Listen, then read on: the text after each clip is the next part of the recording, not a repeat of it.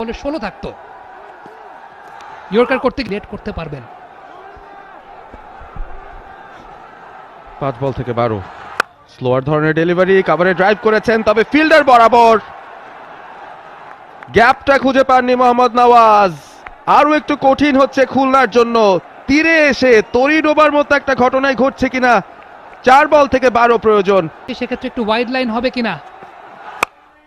Full toss, cover drive করেছেন উঁচু করে ভাসিয়ে, ডিপ কভার অঞ্চলে ফিল্ডার ছিলেন, দুটি রান নেওয়ার প্রচেষ্টা, ডিরেক্ট হিটে স্টাম্প ভেঙেছে।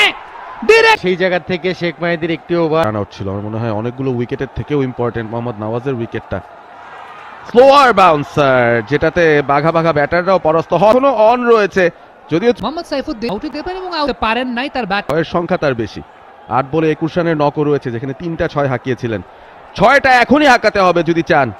সাইফুদ্দিন পরের বলটা করলেন ফুল টস, এলিভেশন পাননি, সরাসরি ফিল্ডারের হাতে। তার প্রিয় zone long on long off, সেই জায়গায় শট খেলার মতো পজিশনটা পেয়েছিলেন।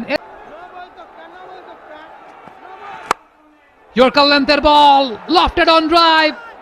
স্টিভেন টেইলর ভাই উইকেটটা পেতে দেন। সাইফুদ্দিন সেই জায়গাটা দাঁড়িয়ে আছেন, বললেন ভাই ক্যাচটা ধর। 8 রানে জয়লাভ করলো রংপুর রাইডার্স। 7 নম্বর জয় এই টুর্নামেন্টে, 7-7 লাখ